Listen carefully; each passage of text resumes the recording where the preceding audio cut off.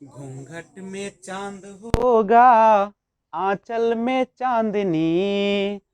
घूंघट में चांद होगा, आंचल में चांदनी। चुपके से देखेगी साजन को सजनी। घूंघट में चांद होगा, आंचल में चांदनी। चुपके से देखेगी साजन को सजनी। छेड़ेगी सहनाई मस्ती की रागिनी। छेड़ेगी सहनाई मस्ती की रागिनी। घूंघट में चांद होगा, आंचल में चांदनी। चुपके से देखेगी साजन को सजनी। जी नमस्कार, मैं विजय राजपुष्प एंड स्वागत है आपका आपके अपने YouTube channel learner eyes YVRP पे।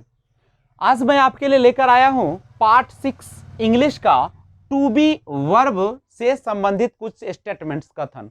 तो आइए आज हम बहुत ही इंपॉर्टेंट आपके सामने एक सेक्शन रखते हैं। सबसे पहले आप यह तो जानते होंगे कि नाउन यानी संज्ञा जो होता है वह क्या होता है, व्हाट इज नाउन।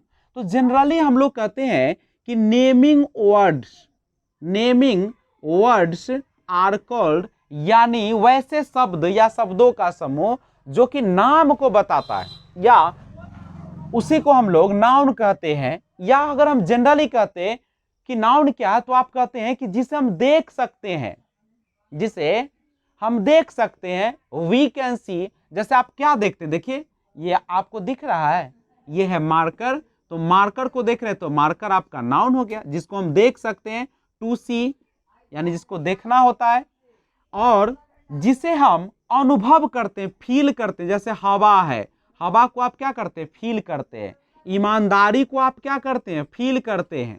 तो यह भी आपका नाउन होगा। और जिसे हम सुन सकते हैं, हियर कर सकते हैं, जैसे क्या सुनते हैं आप, आवाज को सुनते हैं, साउंड को सुनते हैं, तो यह भी आपका क्या है, नाउन है। और ध्यान रखिएगा, अगर मैं आप ही को कहूं कि लिखिए रिया इज अ गर्ल, और फिर कहूं Riya is a good girl, और मैं एक बार फिर से बोल दूं Riya is very honest girl, Riya is a very honest girl, तो आप सोचेंगे कि क्या सर रिया रिया लगा रखे हैं।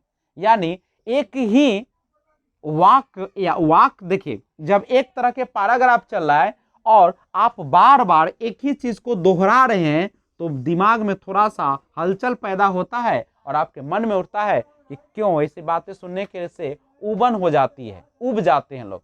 तो इसी को हटाने के लिए एक शब्द आता है जिसका नाम है प्रोनाउन, जिसे हिंदी में सर्वनाम कहते हैं। इसका काम क्या है, तो यह जो होता है replacing word of a noun, यानी नाउन को रिप्लेस करने वाला, नाउन को हटाने वाला शब्द है। अगर नाउन को हटा दे, जैसे आपने बोला रिया इज ए गर्ल, और फिर रिया के बारे में लाना है, तो अगर किसी गर्ल का नाम रहे तो उसके लिए हम प्रोनाउन के रूप में क्या लाएंगे, शी लाएंगे। और बार बार अब सी लिखेगा तो अच्छा लगता है नहीं। तो प्रोनाउन जो होता है नाउन के बदले में आते हैं, उसी को हम लोग क्या कहते हैं, प्रोनाउन कहते हैं। तो हम आपके सामने एक जिक्र करेंगे, क्योंकि हम लोग जो पढ़ने जा रहे हैं वह टू बी वर्ब से रिलेटेड स्टेटमेंट को पढ़ रहे हैं। तो टू बी वर्ब से रिलेटेड स्टेटमेंट जो है उसमें कभी कभी क्या होता है, आप सभी को पता ही होगा कि इंग्लिश में जो पर्सन होते हैं वह कितने होते हैं। तो पर्सन जो होते हैं 3 होते हैं, फर्स्ट, सेकेंड और थर्ड, यही 3 होते हैं। और नंबर जो होते हैं वह 2 होते हैं, एक होता है सिंगुलर और एक होता है प्लूरल, यही ना होते हैं। और इतना तो आपको जानकारी होगा, लेकिन मैं फिर भी आपको आपके यादाश्त के लिए इसको आपके दिमाग में ला देता हूं। तो देखिए, फर्स्ट पर्सन में आता है सिंगुलर में आई, और प्लूरल में आते हैं वी। सेकेंड पर्सन के सिंगुलर में आते हैं यू, प्लूरल में होता है यू।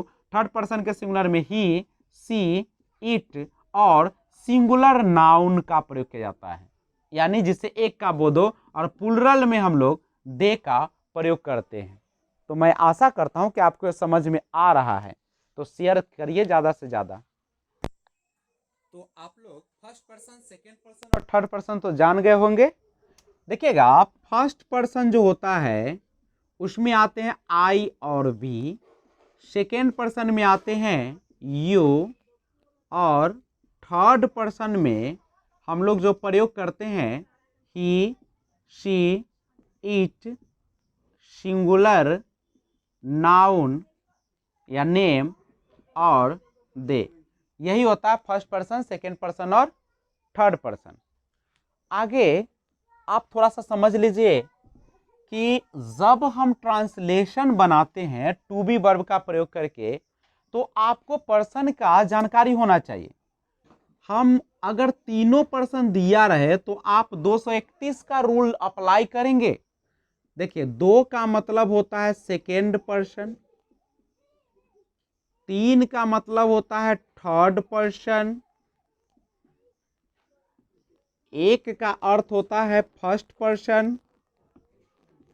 यानी जब तीनों पर्सन आपको सेंटेंस में आ जाए तो 2, 3, 1 यानी second person, third person, first person का क्रम यानी सीक्वेंस रखेंगे। जैसे आपको दे दिया है तुम, वह और मैं बीमार हैं। गौर कीजिएगा, यू है सेकेंड पर्सन, वह है थर्ड पर्सन, मैं है फर्स्ट पर्सन, तो क्रम तो लग गया 2, 3, 1 का। बना लीजिए, यू, ही एंड आई एक से ज्यादा है तो आर का प्रयोग करेंगे, बीमार का होगा इल। लेकिन बाय चांस कभी इस प्रकार से दे दे आपको 3 नहीं रहे, यानी 2, 1 दे दे, सेकेंड पर्सन फर्स्ट पर्सन, तो कैसे बनेगा? 3 हटा दीजिए तो 2, पहले सेकेंड पर्सन लिखेगा उसके बाद फर्स्ट पर्सन लिखेगा। जैसे रहेगा तुम और मैं दयालु हैं। कैसे बनाएंगे? यू एंड आई, और इसके साथ यूज होगा आर, दयालु का काइंड। लेकिन जरा गौर कीजिएगा, अगर इसमें से फर्स्ट सेकेंड पर्सन नहीं रहे तो क्रम बनेगा 3, 1 का। यानी वह और मैं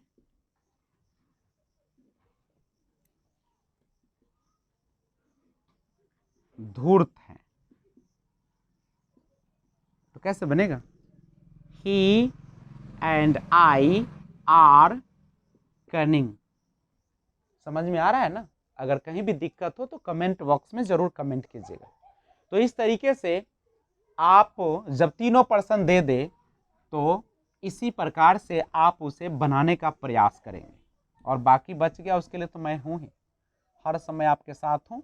आप कमेंट करके मुझे सूचना देते रहेंगे। अब आइए, अब कैसे कैसे सेंटेंस आते हैं। देखिए, खुश, खुश तो एक क्वालिटी है, गुण है। तो जब एडजेक्टिव रहे तो हम लोग दे आर हैप्पी करके बना लिए। वे लोग किसान है, वे लोग, आप ही बताइए, वे लोग, तो वे लोग एक है कि एक से ज्यादा है? तो एक से ज्यादा है, और एक से ज्यादा है तो उसके लिए टू बी वर्ब में आर का प्रयोग होगा। और किसान, आप ही बताइए, वे लोग किसान है तो वे लोग तो एक से ज्यादा है, तो जब एक से ज्यादा है तो किसान भी तो ज्यादा होगा ना। तो यहाँ पे फार्मर न लिख के फार्मर्स लिखेंगे। मैं एक किसान हूं, यहाँ पे एक तो नहीं लिखा है, लेकिन आप देखिए, मैं किसान हूं, मैं तो अकेला हूं ना, तो एक हुआ, अपना अर्थ समझिएगा। तो क्या बनेगा? I am a farmer.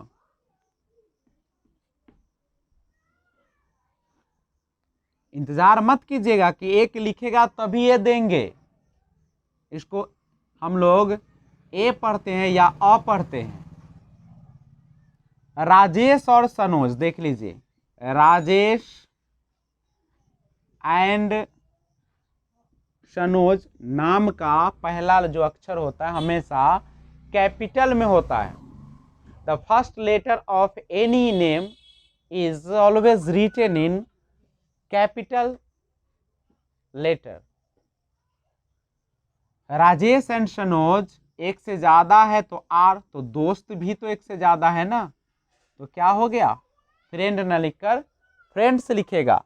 बादल और सूरज, तो क्या हो जाएगा, बादल एंड सूरज आर मेहनती, मेहनत करने का गुण है मेहनती, तो आप इसको में एस मत लगा दीजिएगा। विद्यार्थी खुश है तो कैसे बनेगा, स्टूडेंट इज हैप्पी, लेकिन विद्यार्थी गण खूब विनम्र है, तो एक से ज्यादा हो गया ना, एक विद्यार्थी के लिए स्टूडेंट और एक से ज्यादा के लिए स्टूडेंट्स, और जब एक से ज्यादा है तो आ का प्रयोग होगा, और विनम्र के लिए किसका प्रयोग कीजिएगा, हम्बल का प्रयोग कीजिएगा। Students are humble. शिक्षक के लिए होता है टीचर, और टीचर्स हो जाएगा शिक्षक गण यानी बहुत है।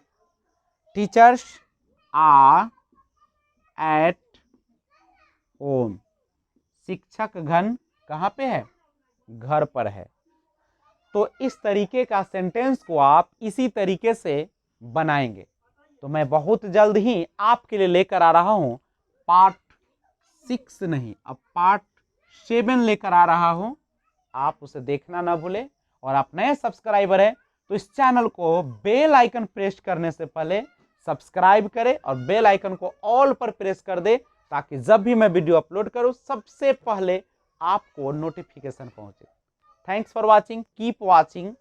जय हिंद, जय भारत।